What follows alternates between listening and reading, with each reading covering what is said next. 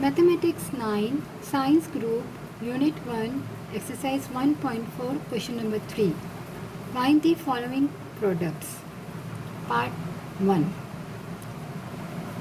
यहाँ पर हमारे पास दो मैट्रिक्स है, इसको हम आपस में मल्टीप्लाई करेंगे. तो मल्टीप्लाई के लिए हमें रूल पता है कि number of row and number of column are equal होना ज़रूरी है. तो अगर हम यहाँ देखें तो हमारे पास यहाँ पर रो में 2 नंबर्स है और यहाँ पर भी हमारे पास 2 कॉलम है. तो यहाँ हम उसको पहले मल्टीप्लाई कर लेते हैं. हम यहाँ करेंगे इक्वल 1 को हम 4 के साथ मल्टीप्लाई करेंगे और प्लस 2 को हम 0 के साथ मल्टीप्लाई करेंगे.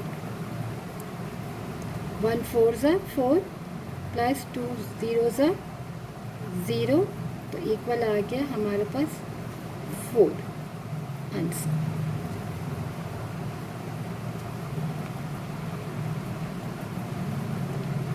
फर्स्ट पार्ट हमारा कंप्लीट हो गया. फर्स्ट रो को हम फर्स्ट कॉलम के साथ मल्टीप्लाई करते हैं. फर्स्ट नंबर को 4 के साथ किया, फिर सेंटर में हम प्लस की साइन लगाते हैं और 2 को हमने 0 से मल्टीप्लाई किया. पार्ट टू में यहाँ हमारे पास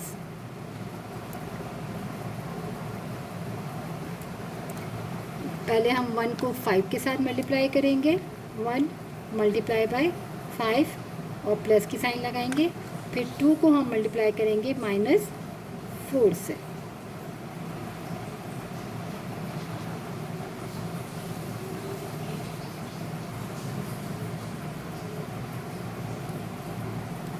तो 1 5 ज़ा 5 प्लस माइनस -2 4 ज़ा 8. 8 में से 5 गया तो हमारे पास 3 बचा, -3 आंसर.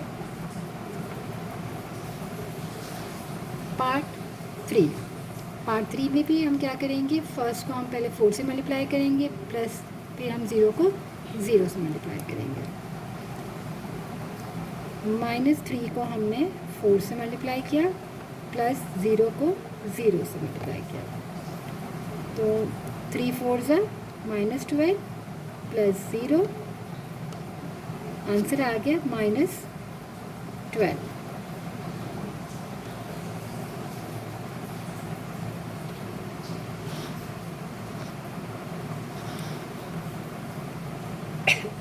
पार्ट फोर्थ पार्ट में भी पहले हम 6 को 4 के साथ मल्टीप्लाई करेंगे, फिर हम 0 को 0 से, यहाँ हमारे पास हमने यहाँ पर सेंटर में प्लस की साइन होती है और 0 के साथ अगर माइनस हो भी तो 0 ही कहलाता है. तो 0 मल्टीप्लाई बाय 0 0 ही होगा.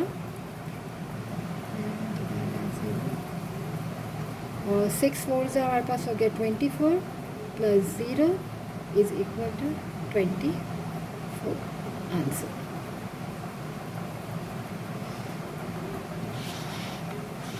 Part fifth.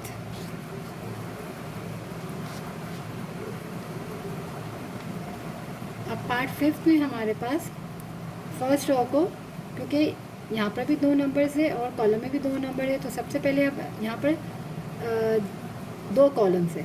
तो सबसे पहले हम इस रो को फर्स्ट कॉलम के साथ करेंगे, फिर फर्स्ट रो को ही हम सेकंड कॉलम के साथ. सबसे पहले हम क्या करेंगे, हम 1 को मल्टीप्लाई करेंगे. 1 को हमने 4 से मल्टीप्लाई किया, प्लस की साइन लगाई हमने और 2 को हमने 0 से किया मल्टीप्लाई.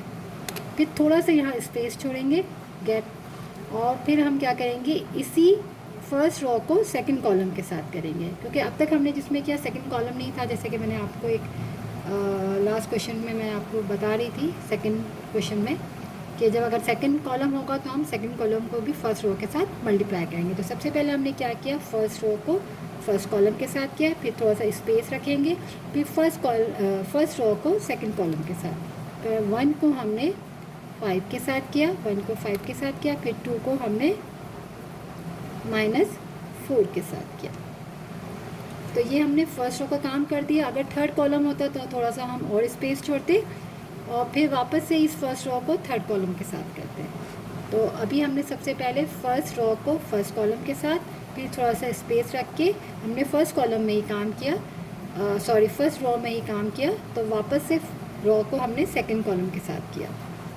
अब हम सेकंड रो पे जा रहे हैं, तो यही सेम काम हम सेकंड रो पे भी करेंगे और फिर हम थर्ड पे भी करेंगे। अब हम सेकंड रो को पहले इसके साथ करेंगे, फिर थोड़ा सा स्पेस छोड़ेंगे, फिर वापस से सेकंड रो को ही सेकंड कॉलम के साथ इसी लाइन में।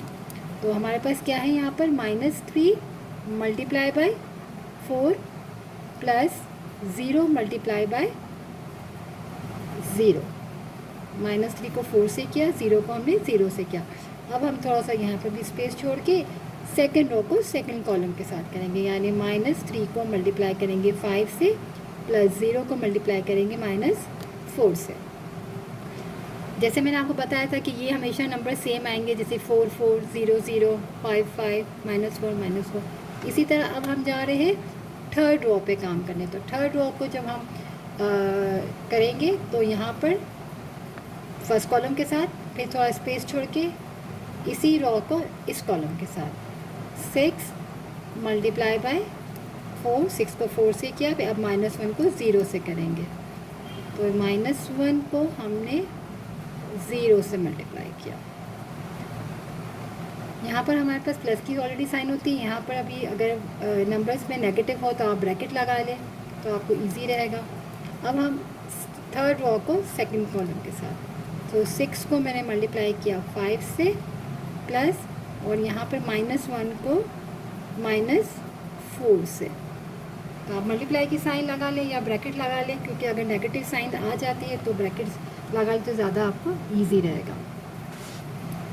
अब 1 4 ज़ा हमारे पास हो गया 4 प्लस 2 0 ज़ा 0,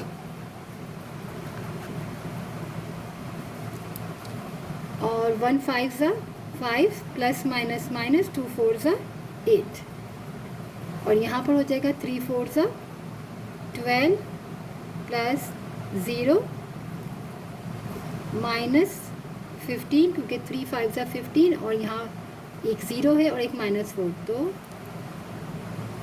0 को 4 से करेंगे तो 0 हो जाएगा। अब 6 4 ज़ा 24 और यहाँ पर भी 0 है तो ये भी प्लस 0 हो गया, और 6 5 ज़ा या 5 6 ज़ा 30, और यहाँ पर -1 और -4 मल्टीप्लाई हो, यानी -20 प्लस और 1 4 ज़ा 4।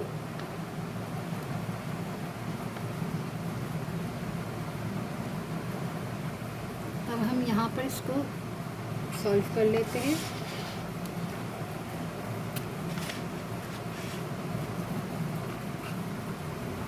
यहीं पे हम ऊपर सॉल्व कर लेते हैं। 4 प्लस 0 तो 4 हुआ हमारे पास, और यहाँ पर है 5 - 8 तो हमारे पास होगा -3,